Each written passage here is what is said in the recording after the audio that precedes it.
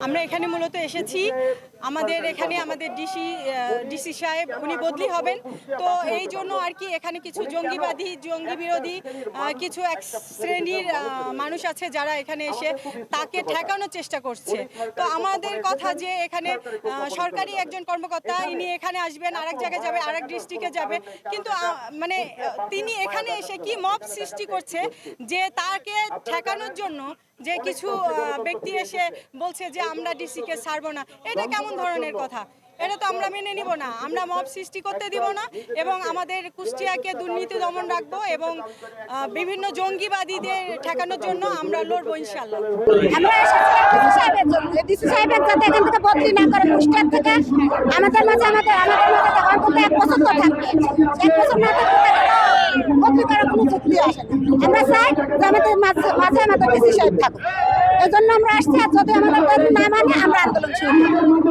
হয়েছে তার একটাই কারণ যে আমাদের ডিসি মহোদয়ের আমরা শুনতে পেয়েছি যে বদলি হয়েছে, কিন্তু এই বদলিকে কেন্দ্র করে একটা সংগঠন দেখতেছি কয়েকদিন যাবত হচ্ছে বিভিন্ন মত প্রকাশ করতেছে। আজকে আমরা দেখতে পাচ্ছি যে তারা হচ্ছে এখানে তাকে রাখার জন্য বদলিটা যাতে বানচাল করা হয় সেটার জন্য প্রতিবাদ জানিয়েছে। তো আমাদের কাছে সরকারি নিয়ম অনুসারে সরকারি প্রটোকল অনুসারে সে এখানে আসছে যাচ্ছে, আর এখানে অধিকাংশ মানুষ বলতেছে মানে কিছু সংখ্যক লোক বলতেছে যে উনি অনেক ভালো কাজ করছে। আচ্ছা, একজন ডিসি একটা জেলায় এসে ভালো কাজ করবে এটাই তো নিয়ম, কিন্তু উনি ভালো বলতে কি বোঝাচ্ছে?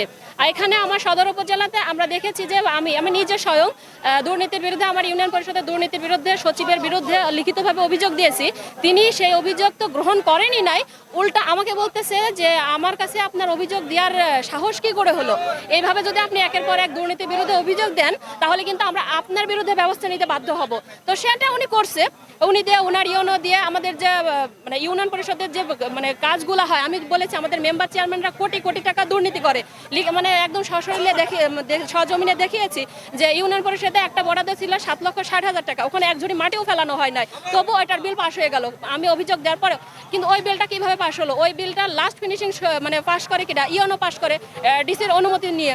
তাহলে ইউনোকে অভিযোগ দেওয়ার পরও ডিডিএলজিকে অনুমতি দেওয়ার পরও সেই বিলগুলো কিভাবে পাস করা হলো? এখন আমি চাই যে উনি কিছু সংখ্যক লোক বলছে উনি অনেক ভালো কাজ করেছে। আমার কথা প্রশ্নটা যে উনি ভালো কাজ করেছে, উনি দুর্নীতির বিরুদ্ধে কেন প্রতিবাদ করলো না?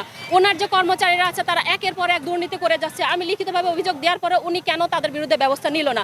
এটার জন্য কি ওনাকে মানে আমরা ঠিক কতটা ভালো মানুষ বলতে পারি সেটা বলতে পারছি না, কিন্তু আমার মতে মানে ব্যক্তিগত মত এবং অন্যান্য অনেকেই বলেছে যে উনি শুধুমাত্র ওনার ব্যক্তির স্বার্থ হিসাবে ব্যক্তির স্বার্থ দিক থেকে যতটুকু করা দরকার ততটুকু করেছে, লোক দেখানো ভালো কাজ করেছেন এবং যে আসল কাজগুলা সেই কাজগুলা কিন্তু উনি কোনো উদ্যোগই নাই দুর্নীতির বিরুদ্ধে কোনো ব্যবস্থাই নেন নাই। ওনার যত কর্মচারী আছে সব প্রত্যেকটা সেক্টরে দুর্নীতি হচ্ছে। তো এটাই এখন আপাতত চাচ্ছি যে সরকারের নির্দেশ অনুসারে সরকার যেটা নির্দেশ দিয়েছে ওনাকে মানতে হবে। আপনারা ইতিমধ্যে দেখেছেন যে আমাদের কুষ্টিয়ার ডিসি স্যার ইকবাল স্যারকে প্রত্যাহার করার বিভিন্ন তালবাহানা চলতেছে। সেক্ষেত্রে আমরা ইতিমধ্যে দেখেছি যে কুষ্টিয়ার আপামর জনগণের ডিসি ছিল আমাদের ইকবাল স্যার। সকল দুর্নীতির বিরুদ্ধে দাঁড়াতো, সাধারণ মানুষের পাশে দাঁড়াতো, কিন্তু একটি স্বার্থান্বেষী মহল তারা চায় যে তাদের অপকর্মকে চালিয়ে যেতে, তাদের অপকর্মের হাতকে শক্তিশালী করতে। আমাদের এই ডিসি স্যার যাতে আমাদের কুষ্টিয়াতে না থাকে তারা সেই পায়তারা করে আমাদের ডিসি স্যারকে এখান থেকে প্রত্যাহার করেছে। আমরা চাই আমাদের কুষ্টিয়ার আপামর জনগণ, আমাদের আপামর জনগণের ডিসি আমাদের মাঝে থাকুক। আমরা সেই দাবি নিয়ে আমাদের যোগ্য লোকের শাসন পেতে আমরা এই দাবিটা আজকে কুষ্টিয়াতে এসেছি।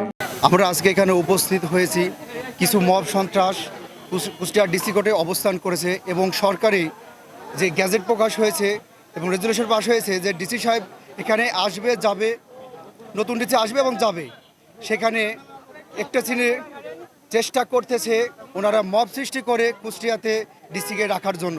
ওনারা কিসের জন্য কুষ্টিয়াতে ডিসিকে রাখার চেষ্টা করছে, কেন করছে সেটা সাধারণ পাবলিক জেনে গেছে। আপনারা দেখেছেন 12 তারিখে যে নির্বাচনে 1 সপ্তাহ আগে থেকে এই ডিসি একটা দলের এজেন্ডা বাস্তবায়ন করার জন্য তিনি মাঠে নেমে নির্বাচনে প্রচারণা করেছেন। আমরা এটাও দেখেছি উনি নির্বাচনের আগেই কুষ্টিয়ার 3টি আসন কনফার্ম করে দিয়েছেন এবং নির্বাচনের পরে সরকার ডিসিকে পরিবর্তন করছে। সেই পরিবর্তনের বাধাগ্রস্ত করে একটি শ্রেণী কুষ্টিয়া ডিসিকে অবস্থান করছে এবং সরকারের কাজকে ব্যাহত করছে। এ কারণে কুষ্টিয়া মব সন্ত্রাসের বিরুদ্ধে আমাদের কর্মসূচি ও প্রতিবাদ এবং জনসাধারণ জানমালের রক্ষায় আমরা আজকে ডিসি কোর্টে অবস্থান নিয়েছি।